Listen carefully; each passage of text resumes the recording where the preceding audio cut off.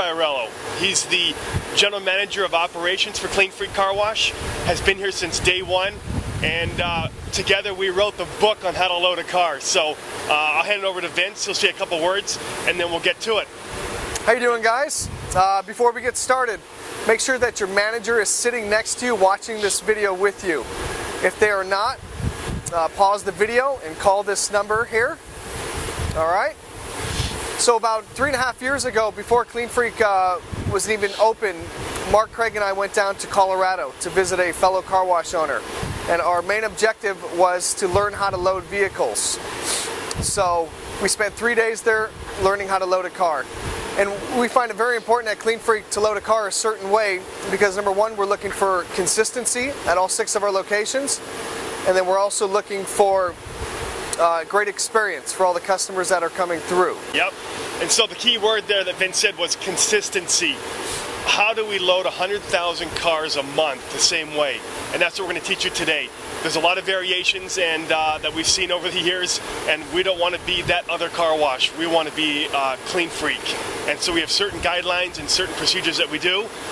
We'll take it into the tunnel and start learning how to load cars. So you got Vince and I here again. We're going to take you into the tunnel now. We're here in the comfort of an office, and we're going to be watching the video with you. And that way you'll get to see an audio of what we're talking about, and Vince and I will be here discussing what you're seeing in the video so that it will make more sense to you. We're going to start off with safety, and Vince is going to start talking about that. So your first priority when you're in the tunnel is safety. So that's going to be the safety of the vehicles coming through. Some sites have upwards of 1,000 cars coming a day. Very important that we take care of all those vehicles. Safety of the equipment. Tunnels can be loaded with upwards of $500,000 worth of equipment, so it's very important that we take care of that. And the most important of all, safety of yourself and your team members around you. We do not want any incidences where we have to call your loved ones and tell them that you hurt yourself real bad or worse than that because you weren't following safety protocol inside the tunnel. Everything we do is based around safety. It's the reason we have our policies in place. And so it really comes down to managing the tunnel well. And we're going to tell you how to do that in the video. But really the number one thing is if you're in the tunnel and it's your shift in the tunnel, don't ever leave the tunnel. It's your responsibility and you need to be there at all times if there's a car in there. Couple of things that we're going to talk about more in the safety video is stepping on the track. We never want to step on the track. We want to step over it. We never want to go in front of vehicles. We're always going to want to approach the vehicle from behind. And if you're ever in a situation that isn't going right, we always have the e-stop button. And you can run there and push that. That stops everything. It gives you then the ability to take care of the situation. But anyway, this is the loading video. So really what we're going to do is get in. Vince is going to start with some techniques on the loading. And over the next couple minutes, you're going to be seeing loading. And we're going to do a little commentary on that. Vince, take it away for now. Sure. So first thing you can notice in the video, I'm making eye contact with the customer. We always want to make sure we're looking at our customers, make sure they're looking at us. The movements we're using big hand movements. They're very understandable. It's like loading a jumbo jet into the conveyor here. So yeah, as I cut in really quickly, Vince and I and my brother Craig took a trip into Colorado, and we took about 3 days to learn how to load vehicles. Nothing but to learn how to load vehicles. And we got this training from a gentleman who's had an express car wash for a couple of years. And we have found that it really keeps us a professional looking image. And it's safety in our eyes and in our customers' eyes. They know what to come to expect when they come to Clean Freak. And so these hand movements that we have, although they may seem awkward when you first learn them, it really does prevent any incidences that we might have in the tunnel. Yeah, we just want to continue eye contact. We use big hand movements when we want to stop the vehicle. And then after the vehicle is stopped, we're going to direct them to the instructional signage.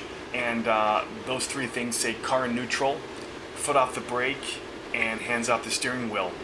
Vince, tell them how you want them to... We always want to make sure that we're physically touching the sign with our hand. We're not 2 feet away from the sign pointing at the sign. The customer might not know what we're pointing at. I want to point to the N in neutral. I want to point to the brake in foot off brake. And I want to point to the steering wheel and hand off steering wheel. That lets the customer know what I'm talking about. Yeah, and then last movement would be thumbs up. That's confirming to the customer, hey, you got it?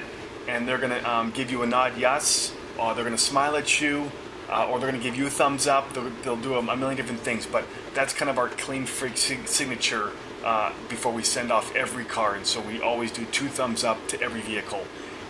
You just notice Vince looked back there. Even when we're loading cars, you may want to give a quick look back. You never know when something can happen in the middle of the tunnel, where somebody might inadvertently put their foot on the brake, put their car in park.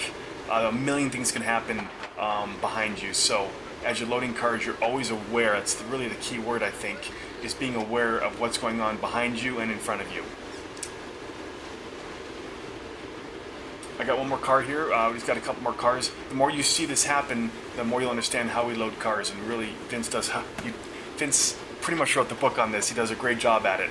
And I've done it a couple times. yeah, we've done it thousands of times when we opened this site here at 44th. And so it's all about consistency. We want to be able to load 100,000 cars a month, all with the same movements here. This is another Clean Freak representative. The C points to each sign and thumbs up.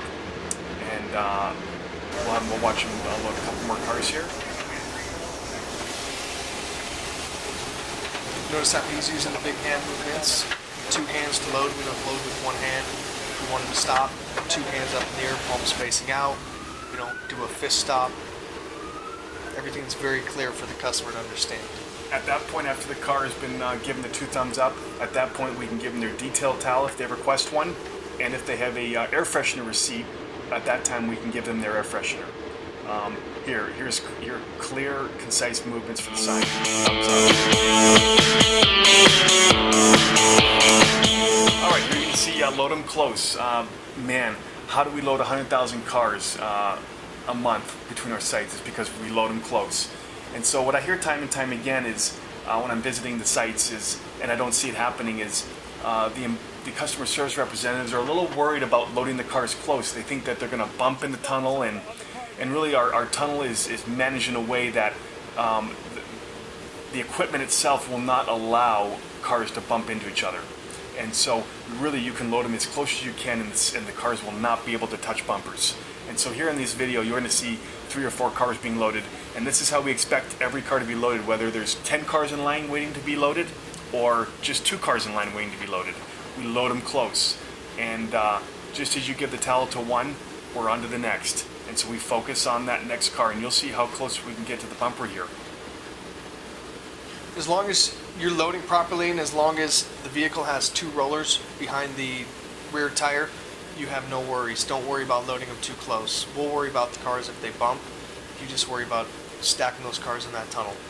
Yes, and we find that when the cars are close to each other, each customer and the individual cars seem to pay a little bit more attention when they're closer to the rear end of a vehicle.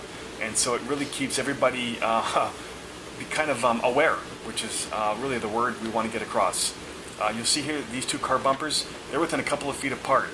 But after we stop that vehicle, it takes about 2 or 3 second delay for the roller to come up and hit that car, which gives the car in front of it more time to move forward. There's about, I believe there's about a 6-foot gap in between each car when everything's set up.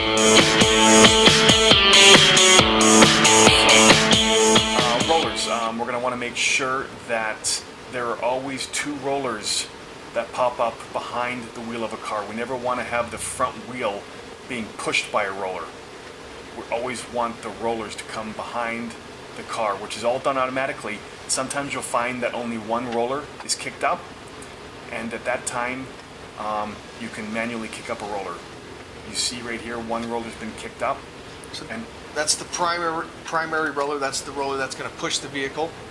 And then we always want to make sure there's a second roller, and I call that the safety roller.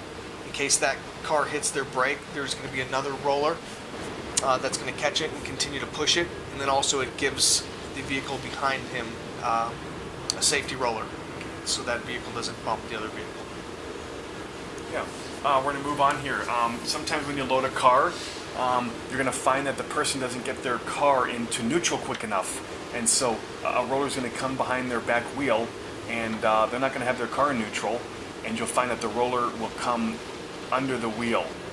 At that point, you want to approach the car, put your stop hands out, and have the customer roll it on their window. At that time, you want them to instruct the customer to put their car in park and have their foot on the brake, and let the two rollers that were popped up automatically pass through.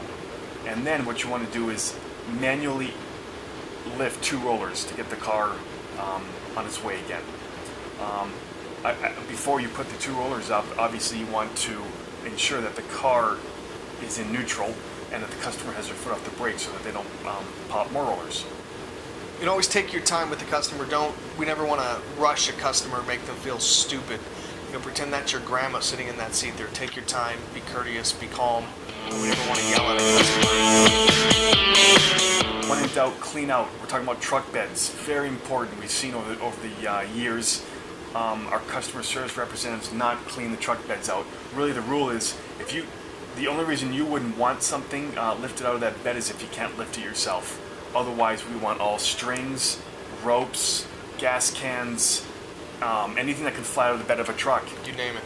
You name it. And the reason for that is because we don't want that hitting the vehicle behind them, or we don't want that getting in the conveyor, caught in the conveyor, which causes a lot of damage. And this is all regarding safety. The cashier, they're the first line of defense. They're going to check that truck bed, hopefully. But you're the last line of defense. The loader is the last line of defense. So the loader has to check each and every bed to make sure nothing's in there. And then once again, when in doubt, if you're not sure about something, take it out.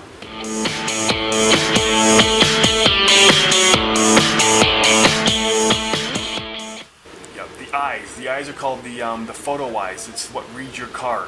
Once a car hits the photo eyes, it starts to wash. You're going to find inadvertently some people want to come racing into the tunnel and they go into the photo eyes. As a representative, you want them to back up slowly out of the photo eyes and then put the car in neutral and let the car flow back into the photo eyes. That way the car is read the right way. Here we're going to roll back the footage and so you can see it again. A car comes in really quick. You'll see the photo eyes there. We don't want the cars to drive into the photo eyes because it'll read the car wrong. Correct. As soon as that car hits the photo eyes, it starts measuring the length of the vehicle, and that's what tells the brushes when to come in, when to go out, when to come up, when to go down. So if we leave the vehicle in the eyes, it's going to think the car is too long, or it's going to think it's longer than it is, and that's when we can start ripping off mirrors and causing damage to vehicles. Yeah, because the equipment is timed.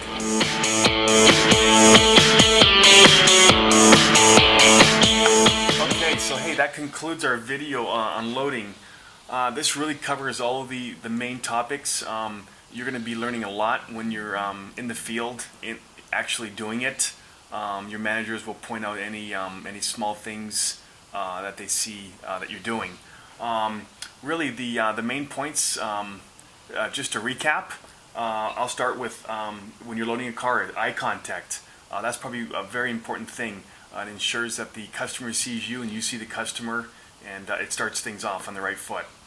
Next thing would be make sure you're loading with clear hand movements. Make sure you're using both hands to load.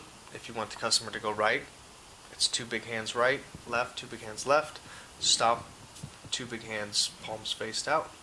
Then we want to physically touch the instructional sign. Those 3 points. We don't want you to make an air movement, a ghost movement towards it. We actually want you to physically touch it. And awareness. Awareness is huge. We need to always be aware of the car that we just loaded in the tunnel, the cars that are already down the tunnel, and then the cars approaching the tunnel. Yeah, huge point. A lot of times people miss cars that are what's happening behind them, and that's a big one. You want to be as aware of the cars behind you in the tunnel as the ones that are in front of you. We want to load close. Remember we talked in the video, you can't load the cars too close. So as close as you can load the cars in a nice, safe manner, as close as we'd like you to load them. When in doubt, clean out. And I'm referring to truck beds. When there's anything in the back of the truck bed, unless you're physically not capable of lifting that object out of the bed, it must come out. And that's for the safety of the customers that are in the tunnel behind the vehicle, and then also for the safety of our equipment as well. A strap may be loose, can get caught in the conveyor like we talked about, cause lots of damage and downtime, which we do not want. Yeah.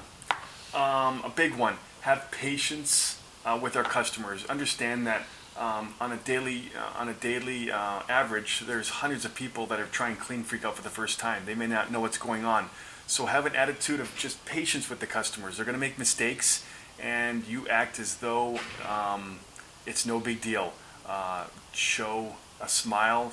Tell them it's no big deal, and that's really going to be come from an attitude of serving our customer, which is really what we're all about. Remember, we talked about in some of the videos that we are actually in the people business. We just happen to wash cars. So that all comes down to serving the customer. When you serve the customer, you're going to give an experience like they haven't had at a car wash before, and that's really what's going to allow Clean Freak to continue to build new locations, is when we serve our customer. That's really it for the loading video. Thanks for listening. We'll see you out in the field. Take care. Bye.